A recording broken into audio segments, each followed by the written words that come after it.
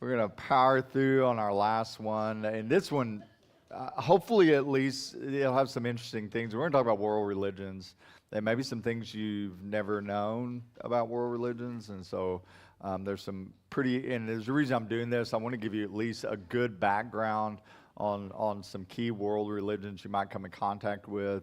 Obviously, I didn't include in here the agnostic or the atheist or people like that because they wouldn't be included in world religion. So are we on?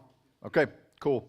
So this is your final part of the apologetic study. And so we've gone through, not only how to understand our Christian faith better, just core doctrines of the faith, but also how to engage people with your faith, and then how to actually be an effective apologist. And so I think to be an effective apologist, one of the things I would encourage you with that is extremely, I think, important, and it's helped me, is to be well-versed in other religions. Know what people believe. Now remember, we talked about this isn't so you can just spout their religion back to them. That's not it. It's really, I think more of it is for your own information. So you know that when you're talking to a Muslim or Hindu or Buddhist or Taoist or Confucius, whatever it is, that you're thinking in your mind, this is what they believe, so how do I infuse Christianity in that? So the thing is, what I picked is the top four what they consider world religions today. Obviously, I didn't include Christianity. We could do a whole study on Christianity, but I'm assuming since you're here, you're a Christian, you pretty well know some of that. But just remember Christianity is included in that too. In fact, I think the recent polls said Christianity was number 2. And when I say that, there are a lot of other belief systems, whether it's Catholicism or others that are added into Christianity. I think bulk that up a little bit too. So let's start with the first one, Hinduism. How much do you know about the Hindu? Do you know what Hindus believe? Well, the Hindus believe in the Veda or the Upanishads or the Bhagavata, and I must use there's just a lot of different groups. Hinduism to me is pretty confusing. In fact, the more I studied it in college, and I had a whole class on it, I still get confused. So Hinduism has become a very inclusive religion. They would say probably out of all the world religions, it's the most inclusive. It will include anybody. It will include an atheist, an agnostic into their faith. So it doesn't really matter kind of what you believe. And in fact, they will accept lots of other gods in there. It's inclusive, offering contemplations and visions of truth, often arrived at through yoga, right? So they will go into, in fact, I read a book, The Death of a Hindu, which is a pretty interesting book. It's the life of a young man who was actually being raised to be one of the highest gurus in Hinduism, and his father died. So at a very young age, he was thrust into this leadership role in his family. And they would go into these temples where they have opium flowing, in the air, and they would do yoga for days. And they would see these visions. And so they would go in there and try to find this whole other level of reality. Hinduism has a philosophy to explain life, they would say. Now you're going to notice a lot of world religions I see more as a philosophy than a religion. I see them more as a philosophy or an idea, right? So they have a law to direct life, all of life, they would say. And they would also say there's a high road to truth through contemplation and mystical experience. So it's all just contemplating on life, contemplating on the thing. Yeah, Hindus number over 500 million. Most are in India. However, they have said that obviously we're talking about a pluralistic society. And so there are more coming to America. In fact, we're seeing a very tip increase of Hinduism in America. Hinduism is one of the most, as we said, inclusive religion, and many as they follow this contemplative life, are steeped in philosophy and tradition. So they have all these different gods. I'm not going to explain every one of the gods because I don't understand them all. There are lots of them. Very, very polytheistic, lots of gods. And so they have all of these gods, hundreds of them, right? And if you go back in the history of Hinduism, it dates back to about 750 A.D., expounding on this philosophy. But the key one I want to give you is Brahman. So if you don't remember any others in Hinduism, just remember Brahman, right, is kind of their key philosophy. And has been described as pantheism, a god or supreme principle which everything and everyone else submits to is Brahman. So most early Hindu deities have disappeared and have been replaced by basically a triad god now, they say. So you have Brahma, Vishnu, and Shiva. Okay, those are the three main gods. You've probably heard of this one. One of the most popular deities of all in Hinduism is Krishna. You ever heard of the Hare Krishnas? Yeah, that's where that comes from. Krishna takes one role as a warrior and another as a teacher. In fact, he is characterized as all-powerful understanding. If you ever seen the figure with the multiple arms, right? That's who that is. Okay, Krishna is the one who transforms earthly pursuits into heavenly ones and guarantees his devotees, those who devote to it, that they're going to experience paradise. Now, nobody knows how you get there or what it is, right? So with so much love and grace to offer, Krishna often becomes the only god to Hindus. So this is weird. I mean, they're polytheistic. They believe in these many gods, but then they're like, well, this is the most important god, right? So there's a better god. Who's the best one out of them? The goal of Hinduism is to attain freedom. There's a word you should key on if you're a Christian. You're trying to witness to Hindu. What is freedom? At which time karma, you ever heard that word before? Karma? It's kind of that idea. Good karma, bad karma. I had lots of conversations, even with Christians, when they bring up karma. I'm like, where did you get that from? It's not a biblical concept. But this karma basically is good works will outweigh the bad. So the birth cycle is continual, right?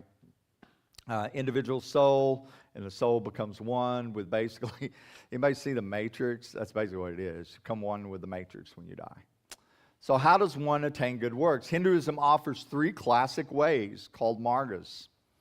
These are the ways to activate these good works. One is karma, right? The way of knowledge. One is jina or marga. It's a way of devotion.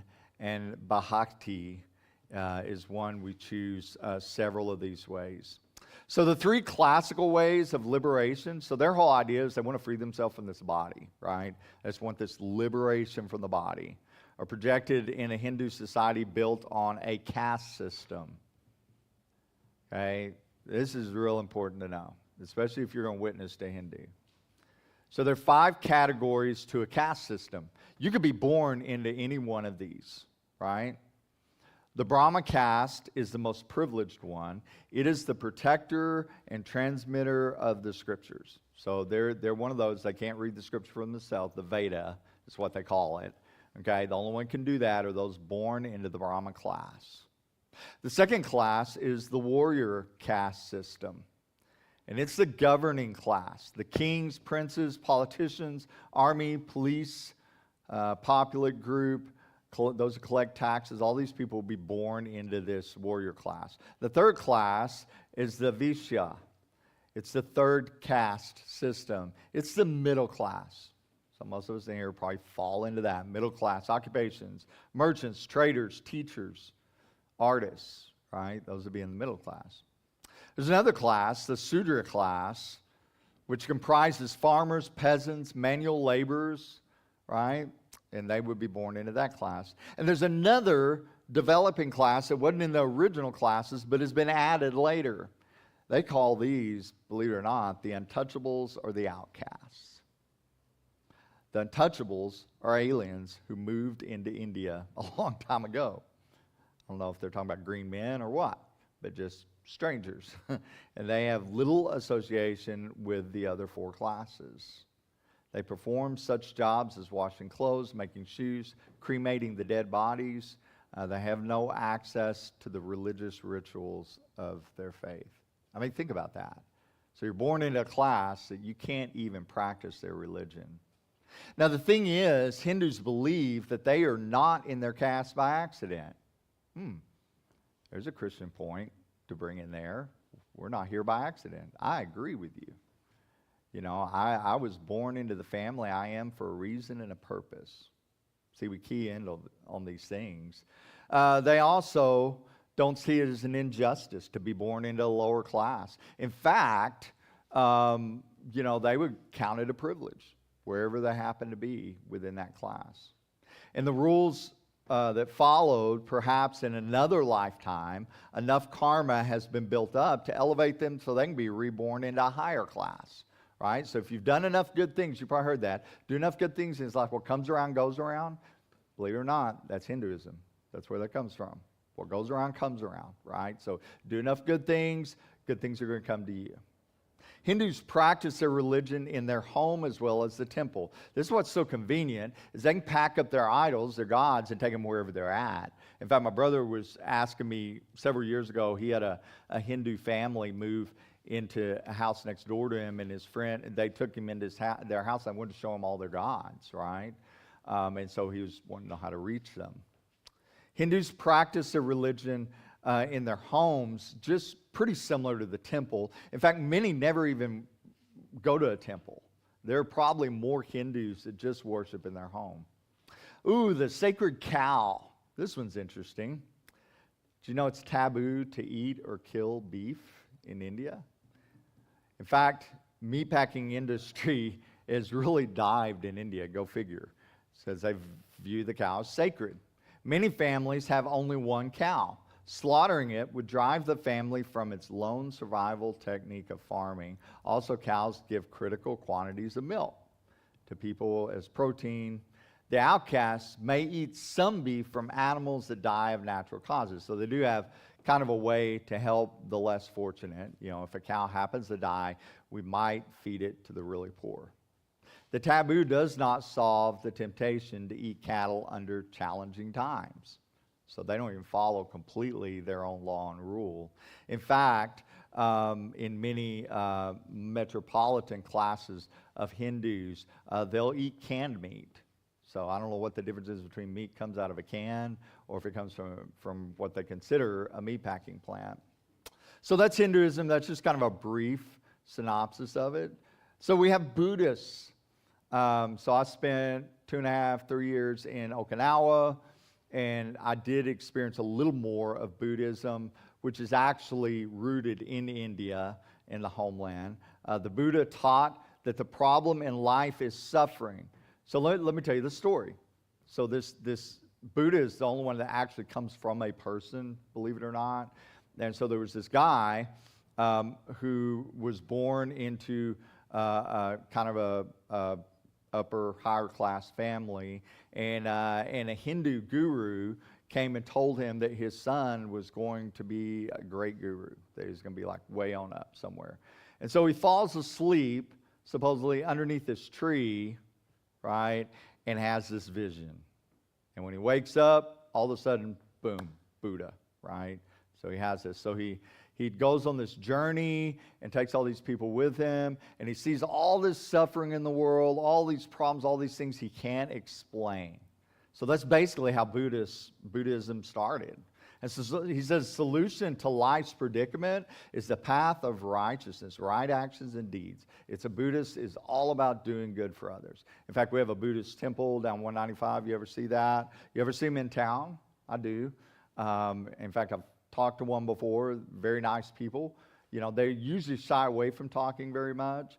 They like to seclude themselves a lot of times in secret places. So a Buddhist centers his way of life away from the world. They try to isolate themselves. So you have Buddhist monks, right? So several main branches of Buddhism, right? You have the Theravada Buddhists are particularly prevalent in South and Southeast Asia, in Burma and Thailand. You have the Hinayana view of Buddha as a great teacher.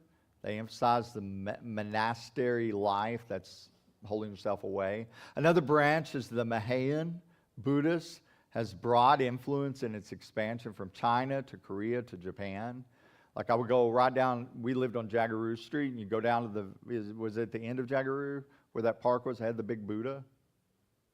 I don't know, somewhere in Okinawa. It's the other way. Okay. Maybe towards Naha. Anyway, they had this big statue of Buddha, right? And I mean, this thing was huge. And people would come and tie their prayers, to Buddha. And so, so the Mahan developed an elaborate Buddhist pantheon. So one thing about Buddhists is they will accept a lot of other gods because they don't want to anger a god. So it's really easy to talk to a Buddhist about faith because they won't deny your God, right? The Buddhists of Tibet is known as the Tantric Buddha. It is a mixture of Mahan and mystical, magical thoughts and practices. Doctor Who, hello. There are lots of Buddhist symbols and things in Doctor Who, right? You have the Zen Buddhism is the most popular form of Buddhist, right? In Western culture, a Zen master teaches and leads followers through specific techniques of meditating exercises. Supreme enlightenment. So it's all this trying to escape this body, trying to rid the world of evil, of bad, of all these things, right? So you have this expansion of Buddhism and Hinduism, but the teaching of the Buddha stresses dependence on the individual work, right? A Buddhist goal is to arrive at nirvana. You want to arrive at nirvana. It's a perfect state. Hint, hint, Christians, if you're witnessing somebody who's Buddhist, that's a great place to start. What is nirvana, right? So you arrive at that goal to be freed from this world. I would agree with them. Man, I want to be freed from this world too. This is not as good as it gets. The practice of meditation is essential in Buddhist culture. The Buddha is taught to meditate many times for days at a time. They'll go off just in meditation. The Buddha has attained perfect wisdom and knows the way to nirvana, the other shore. Even though if you talk to Buddha, none of them really knows how you get there.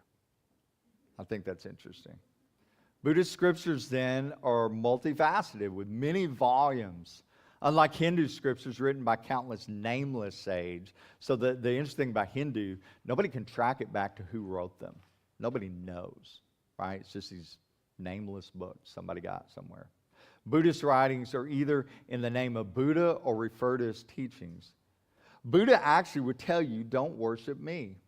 He doesn't see himself worthy to be worshipped. In fact, Buddha taught that there really isn't a soul. You are soulless beings. The individual is composed of, this is interesting, predisposition, psychological forces called skandhas, right? But they are not eternal. So your soul is not eternal. There's no real promise of eternity as we know it. Do you know that? They are known as karma, good actions transformed from one life to another, but nobody knows how you get there. So they believe, I know, right? And so they believe in the four noble truths. All life is suffering, right? The second one, all suffering is from a desire or craving for things of this world, or what they call taha. If there is no craving, there is no suffering. And the last one is, if you follow the Eightfold Path, there's no craving or suffering. So it's basically get rid of craving or suffering. They spend a lot of time fasting. Many times they're vegetarians. They try to live very clean lives because they're trying everything they can do in themselves to rid the world of disease, pain, and suffering. Birth is suffering, decay is suffering, illness is suffering, death is suffering. The presence of objects and hate is suffering. The separation from objects of love is suffering. So basically from A to Z, all of this is saying that they don't see any good in God's creation at all. There's no goodness to be seen. So there's another one. You will probably not think of this as a major religion. It is one of the fastest growing religions, believe it or not, in one way or another, because it's really multifaceted. It's Confucianism or Taoism. This one I definitely would tell you is more of a philosophy or a way of life. Scholars often refer to the three religions of China as Confucianism, Taoism, and Buddhism. This doesn't mean there are three Chinese groups. Each follow all three simultaneously. So I can be a Confucius, I can be a Taoist, I can be a Buddhist, all at the same time. Some have said that for mysticism, I want you to key on that word, there's a lot of mysticism in this, right? A lot of magic, things that we would say, I don't know. In fact, the Chinese go to Taoism for morals. They go to Confucianism after death needs, and they go to Buddhism for a better way of life. So there's another element of this religious thought, right? The big three, but it's essential nonetheless, just about reaching this nirvana. Confucianism, what is it? Well, in the first period of his career, Confucius was a well-known teacher. So he'll be like a professor, right? In Chinese rituals, the art of government, all of these things, many young men are said to have come to study under Confucius. And his public service didn't start until he was 50. And so it's just this, it's very highly intellectual. If you look back in the 60s and 70s, you had a lot of popular Hollywood people following Confucius. And you even have some of them today that claim Confucianism. Confucius is famous for many things. He was the first to offer a school for all young men, regardless of their status or means. He is also responsible for the 6 Confucius classics that he says change the world. Poetry, history, rituals, music, all of these are in that. Confucius was an innovative thinker, and his moral and religious teachings have shaped Chinese culture for thousands of years. Many have said Confucius taught only ethics, not religion. But while that is true, and this is key in on, if you ever talk to somebody who may have some leanings towards this belief, Confucius was primarily a moralist. He was not a humanist. He says there is no divine realm, only humanity. So here's the central thesis of this religion. Humanism was what Confucius called Zen. You ever heard of Zen? Best translated as benevolence. It's formed in Chinese by 2 characters, one meaning human being and the other meaning two. And so the combination of the characters is translated into righteousness and benevolence. And so referring to oneself's conscience, efforts to do good things for others. Now all this keeps going around in these religions, right? And so Confucius and his successor taught single-minded devotion to virtue. Confucius and his successors taught that it is devoting to the good life. They found joy in following what they called Tao. I think this is interesting. Look what Tao is translated as, the way. What did early Christians call themselves? The way. You don't think Satan is very deceptive in what he does to humanity, even when it meant poverty, suffering, and death? They said righteous people would be happy eating coarse rice and drinking water if necessary to follow the way. So there's a parallel there, right? Because Paul talked a lot about, our own bodies and denying our fleshly desires. Even Jesus said what? That we're to deny ourselves, right? Deny the flesh. So there's a great jumping off point if you ever want to talk to somebody about these. So what is the Christian perspective? What do we do as Christians when we're faced with world religions maybe we don't fully understand? Well, Confucius believed that heaven imparts an original moral sense to each person. It's maybe analogous with Paul's divine law or writing on our hearts. So basically Confucius would say, yeah, you know where that place is. But while they, especially Confucius, acknowledge their failure to live by this moral sense or moral law, they don't know much about holiness or heaven. They assume we can perfect ourselves here on this earth, right, by what we do. In fact, Confucianists can only think of benevolence to others, comparing them to their own family. In fact, Jesus gave theological reasons for loving others. So see, that's a great parallel we draw. We are called, what's the second greatest commandment? To love our neighbors ourselves. See, all this ties in. While Confucius taught that the enemies are to receive not love, but he would say correction. Jesus told his disciples that they're to love what? Their enemies. See, Confucius said they need to have martial punishment. They deserve to die. Jesus wanted to give them life. Perhaps most importantly, Confucius knew We were called to live up to grand moral ideals, but he had little to say to those seeking forgiveness and redemption. Saddest thing about a lot of these, and especially Confucianism or Taoism, like I said, it is a way of thinking, is it's so fatalistic. It's just you live this life and you try to get out of your own way. So Taoism, the last one, you've probably not heard much about Taoism, but it is an increasing religion in the world. Religious Taoists believe in gods with saving power, sinful human nature, and redemption from guilt and sin using prayer, penance, alchemy, and other rituals of their religion. Two kinds of Taoism, religious Taoism and philosophical Taoism.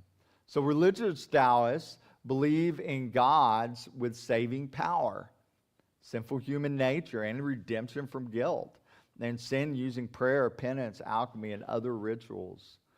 They seek immortality. Sounds a lot like Christianity, doesn't it? In a lot of ways. Philosophical Taoists are atheists who do not believe in life after death.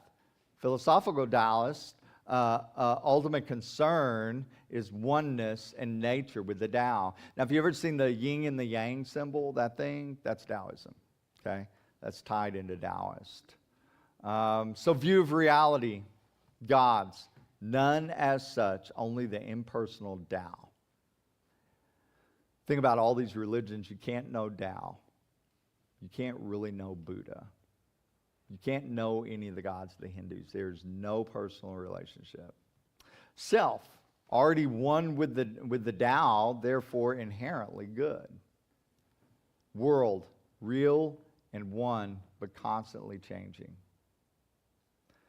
So there are basic human problems with this. Separation from the Tao by human custom, rationality, and routine. So you have this idea of a resolution of non-striving, living close to nature and spontaneity with it. So that's just a brief world history of world religions. There's so many others. I don't know if you can see in all these, whether it's Hinduism, Buddhist, Tao, Confucianism, the tie with a lot of the world's beliefs today, even though they might not express it as a religion as such. So what's our perspective? First and foremost, for the philosophical Taoist, it's a lonely, chilly universe without God, without love, without anything in the world. Second, there's a sense of fatalism, passivity, that do not fit in a world run by God, who seeks our participation in establishing his kingdom through our obedience and prayer. And third, Taoists tend to believe that if we just get rid of duty and formalized learning, people would naturally do the right thing on their own, that they can get to that stage on their own. Taoist belief depends on what happens to be a naive confidence in the goodness of the human nature. Hello, what's a humanist view? Even though they would not call themselves humanists, all people are basically good. We can get out of our own way and be good enough on our own. All right, so one of the larger world religions today is Islam. Continues to grow. Islam is the second biggest religion in the world. In 2009, there were reportedly 1.57 billion Muslims worldwide. You may be surprised that most don't even live in the Middle East. There are 203 million in Indonesia who say Allah is God and Muhammad the chief and seal of the prophets. 161 million in India, 174 million in Pakistan. And as you can see, Muslims live in Southeast Asia, Middle East. There are 240 million in sub-Saharan Africa and 78 million in Nigeria. How many Muslims live in the United States? Well, it depends on who you ask. One may answer the question, scholars, some say 1.1 million, while others have said as many as 6 to 7 million live in the United States today. Islam is one of the world's fastest growing religions. Christianity is growing, and I would say almost as quickly. There are several factors that account for their growth. Why is Islam growing so rapidly? Well, they are fervent with their evangelism. Guess what? They share what they believe in, and they're ardent about their belief. If I can say the best thing about their faith is they are strong in it, and they're going to tell you, especially in Africa. Their message is easily understood. In fact, Muslims say Christian theology is so complicated that it's hard to believe. They say ours is one that muddles the mind. They offer the politically alienated prospect of a transformation. That means to be free of any government, right? So it's this idea of being free from your nation, from civil law. Only Sharia law, Islamic law. The most significant factor in Islam's rapid growth rate is its birth rate. In 1997, the United States estimated, this is 97, that was a long time ago, it's probably gone down, that a woman is in developing countries typically bore 1.6 children during her lifetime, while the average woman in the largest Muslim country gives birth to 5. So you imagine if you're being born into where the Christian home as opposed, or non-Christian home as opposed to a Muslim home. So Muslims are growing at a large rate. They believe in the 5 pillars of Islam. So the first one is profession of faith. This is where I said there are a lot of parallels, right? They profess a faith. They call it Shahada. There is no God but Allah, and Muhammad is the messenger of Allah. Simply reciting this public profession makes you a Muslim. So you could just go out in public day and say, there's no God but Allah, right? And Muhammad is his messenger, and you're a Muslim. Number 2, pray 5 times a day.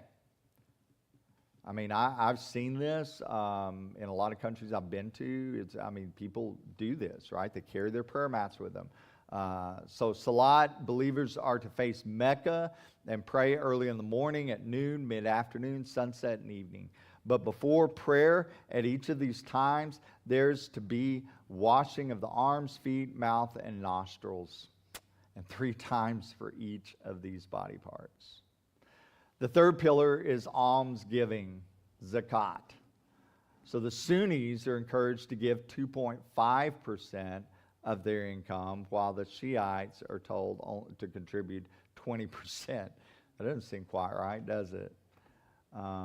There's definitely an inequality among Muslims. And not saying even some of the things I've seen, even though they're supposed to, doesn't mean they always do. Fasting during Ramadan is a must. Ramadan is a month in the Islamic calendar based on the moon, so the month is at different times from year to year. So it marks the time when they believe the Quran was first revealed to Muhammad. During this month, Muslims are to abstain from all liquids, food, tobacco, sex, until light of the morning the next day. And the 5th one is a pilgrimage to Mecca. In fact, when I was in Israel, we were driven in a taxi cab with a Muslim taxi driver, and we began to talk about our faith. And that was one thing he said: I want to go to Mecca, right? That was before he dies. The reality is a lot of Muslims don't ever make it to Mecca. They had a provision in there, that because of financial ability or job or whatever, it may not be a must. But they consider this the Garden of Eden. Say Mecca is the location of Eden, the point of planet Earth closest to paradise. They say Abraham, Hagar, and Ishmael built a house of worship called Kaaba. Now, there are a lot of things in their belief system, when you're talking about Abraham, Hagar, and Ishmael, they're real similar to Christianity. There's a great jumping off point for a discussion there. From here, Muhammad is also said to have taken his night journey to Jerusalem and then to paradise and back again. So the Islam belief is basically this: ultimate concern is paradise. They call heaven paradise, right? So their ultimate concern is life after this one. Great place to talk to a Muslim about your faith. View of reality. They would say God is holy, sovereign, and powerful, the judge of all things. Sound pretty familiar? But the reality is and it all comes down to what you believe about Jesus. So there is a major difference there. They believe Jesus was a prophet. They believe he was a good man, but they don't believe he was God incarnate. They believe that the self must be free to choose to be righteous or to be wicked. So they say we make a choice where we want to follow. Great place to go with a Muslim. They say the world is God's good creation. Wow. Sounds pretty familiar to the Genesis account, right? He created it and said it was good. Basic human problem is shirking idolatry. When anything, a person other than Allah is given priority, that is wrong. So we would say that God deserves all of our worship alone, right? So there's another point. Failure to obey Allah and accept the revelation of the Prophet Muhammad, the result, right, is judgment at the end. How to talk to a Muslim neighbor. I would encourage you, if you're talking to Muslims, show genuine interest. Right? We talked about stereotyping. We need to be careful about that. If you're going to reach your Muslim neighbor, show interest in their faith like you would any other faith. Know what they believe. Be slow to criticize. A recent Muslim convert to Christianity, Christian faith in India said, don't discuss any of the faults or weaknesses in Islam, okay? Or speak ill of Muhammad or the Quran. Speak to the Muslim of Jesus Christ. Tell them of his stories and miracles. You may be surprised to learn that Jesus is the most developed character in the Quran. Talks more about Jesus than anything else. So they have a basic understanding. Muslims have a tough time understanding how Jesus could be God. It's a stumbling block for them. To them, it seems polytheistic or even blasphemous to say God has a son. As we've seen, most Muslims think this would require God to have engaged in sex, which is unthinkable. But you can explain that Christians agree that God did not engage in sex, that even the Quran calls Jesus the Messiah, and that the Gospels say he is Lord, and his claim to authority offers forgiveness for their sins. The incarnation is equally tricky for Muslims. In fact, Charles White, a missionary to a Muslim part of Africa, used to tell his students about the man who became an ant. This is a great story to tell a Muslim. He said he saw ants going into a house where they would be poisoned. He repeatedly told them not to enter, but they didn't listen. Finally, the man became an ant so the other ants could hear and understand.